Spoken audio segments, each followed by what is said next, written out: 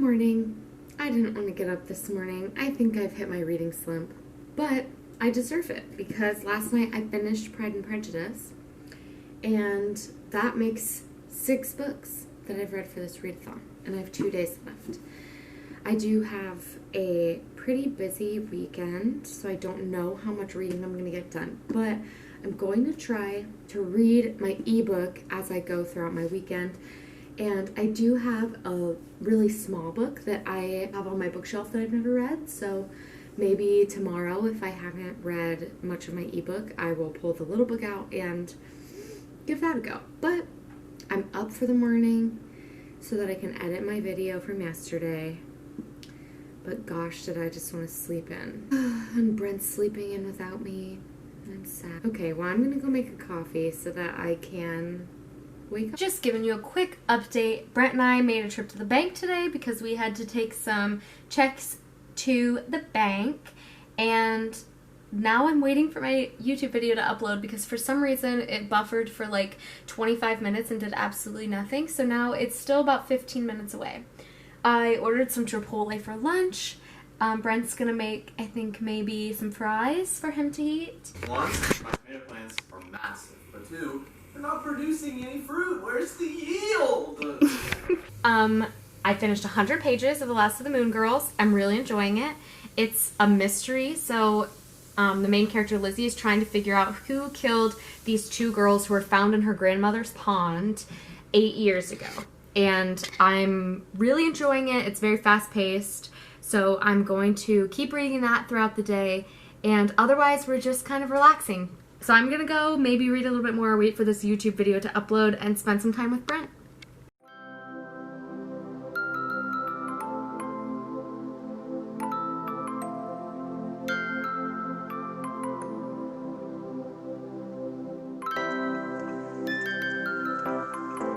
Quick update.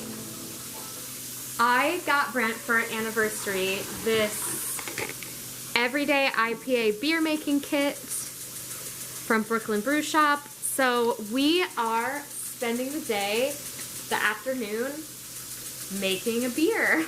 It comes with this jug and with all of the stuff you need to make it. And so Brent is getting started on brewing our own batch of beer.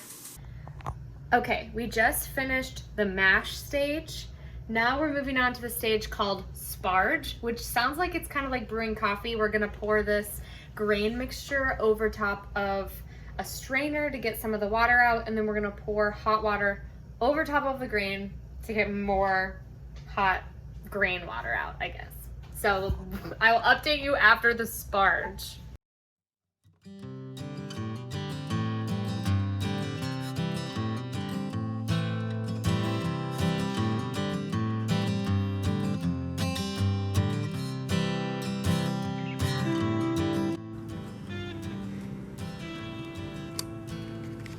Step 3 is the boil. So this is when we boil it's called wort, which is the liquid that we got from straining the grains. And we're gonna boil that, and then we add the hops in. So it's gonna be another hour before this baby's done boiling.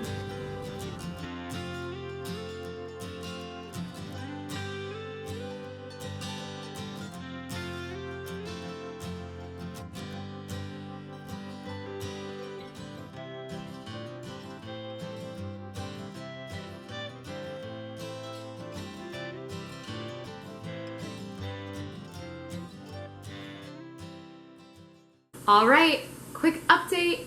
I have been slowly reading throughout the day, but I haven't been reading a ton. I think I'm going to, since I'm not reading a ton this weekend and I'm just spending time with Brent, hanging out, I think that I'm going to combine today and tomorrow into one vlog and just post it on Monday. So, I will continue to update you if I read anything else, but I may not read anything else tonight, so this may be the last time you guys hear from me. If not, then I will see you soon. If it is, then I'll see you in the morning. Good morning. I didn't update you guys yesterday after I did my final update because I didn't do anything. I didn't read anything. There's nothing to update. But it is morning time. I have my coffee and I am going to have a fun book club with some of my best friends. We're going to be talking about Beloved by Toni Morrison, so I'm excited for that. And I did read another 100 pages of The Last of the Moon Girls, so I'm at 200 pages now. I don't know if I'm going to read the other 200 pages today. I just don't know if I'm going to get it finished. So I might change up my TBR just because I want to hit 7 books. I have 6. I feel like if I find a small book today that maybe I can accomplish the 7 books. We'll see if I change up my TBR today or if I read 200 pages. But I'm loving The Last of the Moon Girls. I will say there's one phrase the author keeps using over and over, and it is something like, took the statement at face value. And it's like, she said it maybe 4 times. So I'm kind of like, you could have found another way to say that. But the story as a whole is pretty good. So I'm really enjoying it. I love the character of Lizzie. She's really struggling, and it seems like her grandma is providing insight from the afterlife that is just so needed, and it comes at just the right time. And so I'm loving the fantastical, magical aspect of that. So I'm enjoying it. I will update you guys later on if I read some more of it or if I decide to change up my plans. Book club went really, really well, and we had some amazing discussions about Beloved. And now I am about to go to the pool with Brent. So I have my iced coffee because in the afternoon we switched to iced coffee in this house, and we're gonna go lounge by the pool. I have decided, because I don't like to read ebooks outside in the sunlight, I decided I'm gonna switch to a library book that I had partially finished, and it's called Here For It by R. Eric Thomas. And so I'm going to be reading that while I'm at the pool, and if I finish it, then maybe it'll count as my 7th book for the Reading Rush Readathon.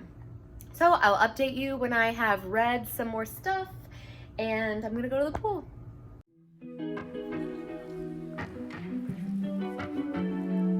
I'd like to share with you all a very specific problem I've been having, and it's that I request a ton of books from the library at one time because they all say that they have a different waiting time or a different amount of people waiting in line for the book. And in the past few weeks, I've just been getting a ton of books that are suddenly available, even though there were 10 people in front of me. And I had requested the books so that they timed out at 2-week intervals, and now they're coming all at once, and I have to decide which ones I want to read now, which ones I want to read later, how long I want to put off my hold for. So it's very stressful, and please comment down below if you also experience the stress in getting books from the library.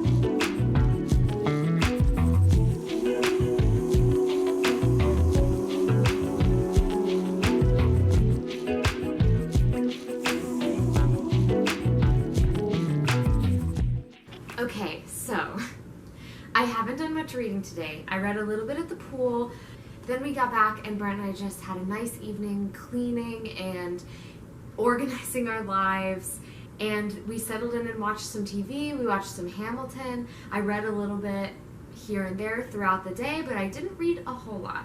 I'm going to read after this, so hopefully I will have at least one more update to give you before the end of the night, to update you on Here For It by R. Eric Thomas. But what I wanted to do right now was to complete the Reading Rush video challenges that Raylene and Ariel gave to people who are making a Reading Rush video.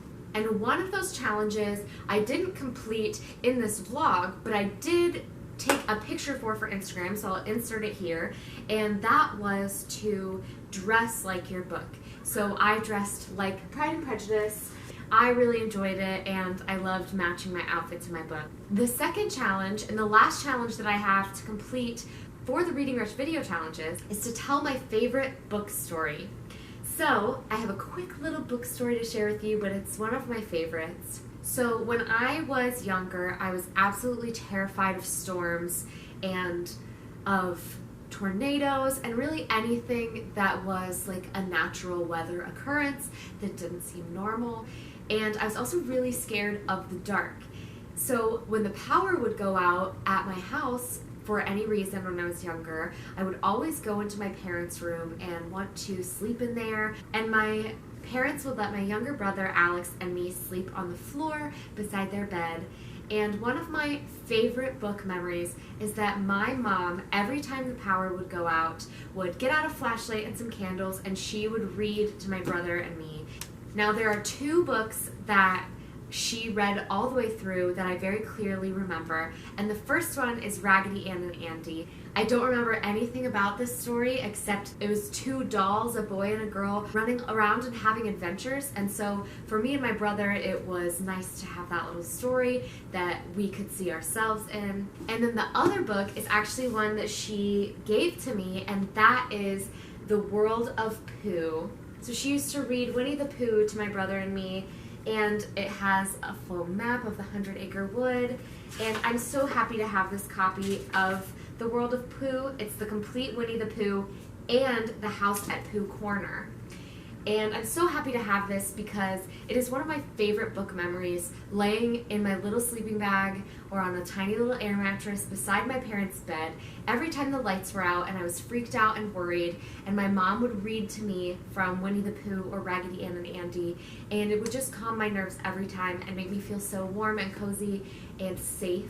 And I'm happy I own this because now I can pass that on to my future children and make sure that they feel safe. And I feel warm and cozy and safe just having it because I have these warm memories about it.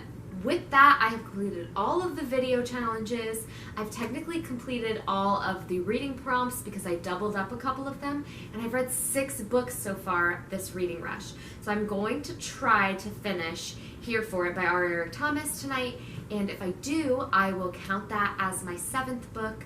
I also have another short book that I'm considering reading, but it's starting to get late. It's about 8:30 right now, so we will see if I get to that or if I end with Here For It. But I'm going to get to reading so that I can try to get up to 7 books for the reading rush.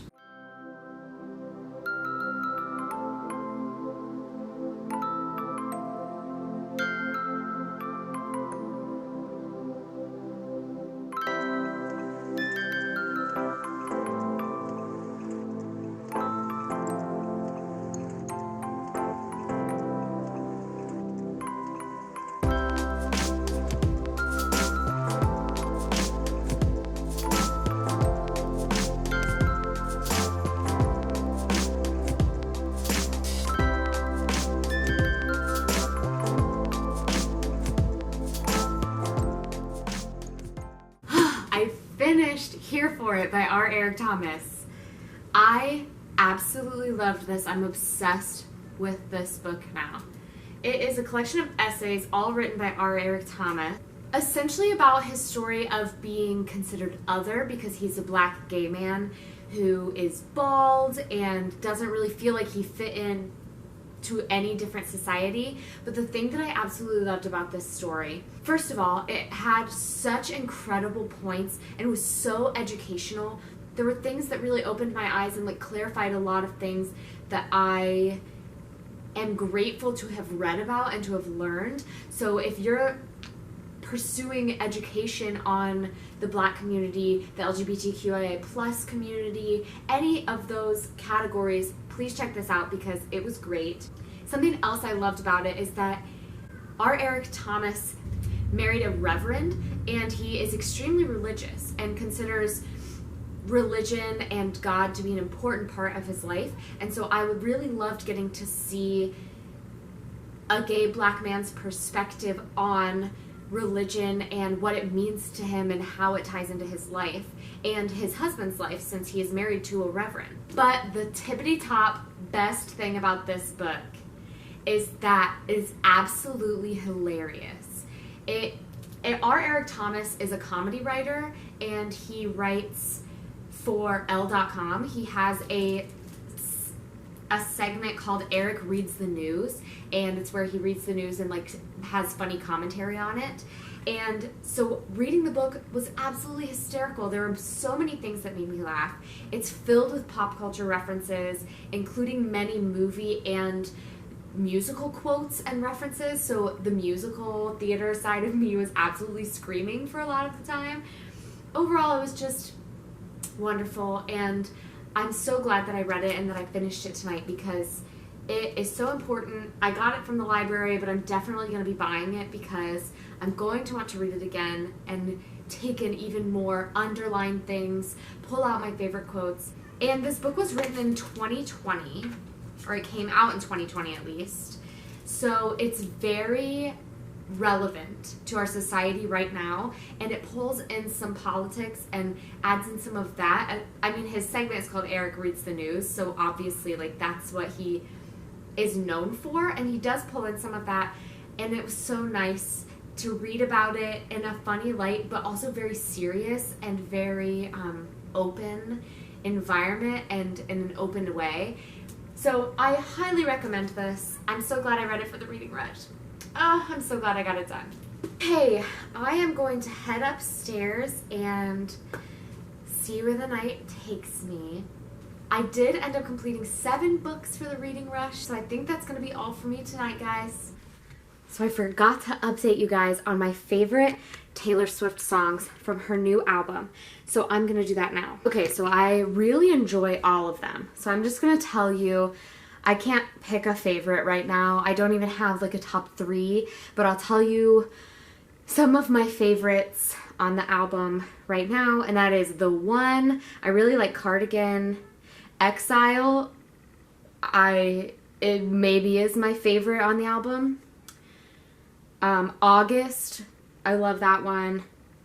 Mad Woman, Betty, really, I love the like old school Taylor Swift sound.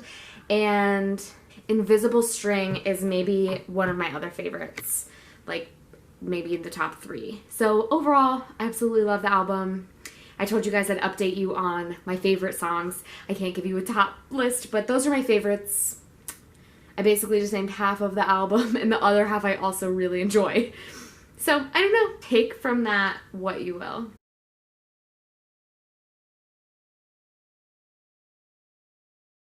He asked, "What's that thing over there?" "It's not a thing, it flies. It's an airplane. My airplane." And I was proud to tell him I could fly. Then, Good morning. The reading rush has ended, and so I am ending my daily vlogs. Thank you all for following along with me. I have gotten so many supportive comments and messages from people who are following along or watching some of my vlogs later and laughing along with me or reading along with me, and I just feel so happy and loved and lucky to have even just the few of you who are following along with me in my life, because I absolutely adore reading. I always have, and especially this week, it has been, my world has been filled with reading books, and I'm so happy that it was. As you saw last night, Brent and I cuddled into bed and we started reading The Little Prince. That is the book that my Aunt Susie sent me in the mail, and she said it's her favorite book of all time, and so I am so excited to read it. He and I are going to be reading it in little chunks before bed, and it's going to be such a fun experience to just sit and read to each other before we go to sleep. Okay, so I did end up reading 7 books for the reading rush. I feel so accomplished. I feel so happy to have read 7. Technically, I read 7.5 because I did read almost exactly half of The Last of the Moon Girls. So I feel very proud because I originally set out with a goal to read 4, and I ended up reading 7, which was a book a day. Crazy. That's crazy. And I have always kind of said that I can read 3 books in a week, and that's like the most that I could read. Now I'm thinking I underestimated myself because I was able to finish 7 books. Now I'm going to quickly go through them and tell you what I thought about them and what the challenge was that they completed. Okay, I made it work so that all of the books fit a challenge, but I'm stretching some of them a little bit, so you're gonna have to bear with me. Now you're allowed to double them up, but I wanted to try to make all 7 of these fit into one of the categories. So first was Pride and Prejudice. I loved this a lot more than I thought I would. I still don't know that I'm like fully committed to classics, and I'm going to keep reading classics so that I can figure out if I do really love them. But this matched the prompt for reading a book that takes place on a different continent than where you live, because clearly it takes place in England and I live in the United States. So North America and Europe are 2 different continents. Here for it, I am going to count this for the prompt that matches my birthstone. My birthstone is not pink, it is blue topaz. I could count The Nightingale or Pride and Prejudice as the blue topaz, but there's some blue confetti in here, so I'm going to count this as the one that has my birthstone color on the cover. I absolutely loved this. I talked about this yesterday. It was fantastic and it made me laugh and it was very impactful. Mexican Gothic.